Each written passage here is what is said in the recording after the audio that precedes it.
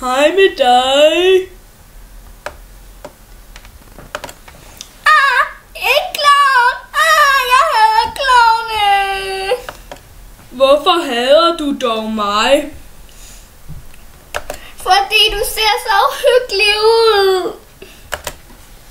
Jeg er overhovedet ikke uhyggelig. Jeg er bare normal. Nej, for du er en klovn, og jeg hader klovne.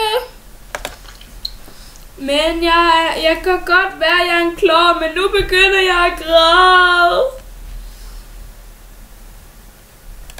Du må ikke græde, og hvorfor græder du? Fordi du hader mig. Nej, jeg gør ikke. Jeg er bare bange for dig. Vil du gerne have en ballon? Balloner! Jeg elsker balloner. Det er bare så sjovt. Nu skal jeg puste en op til dig.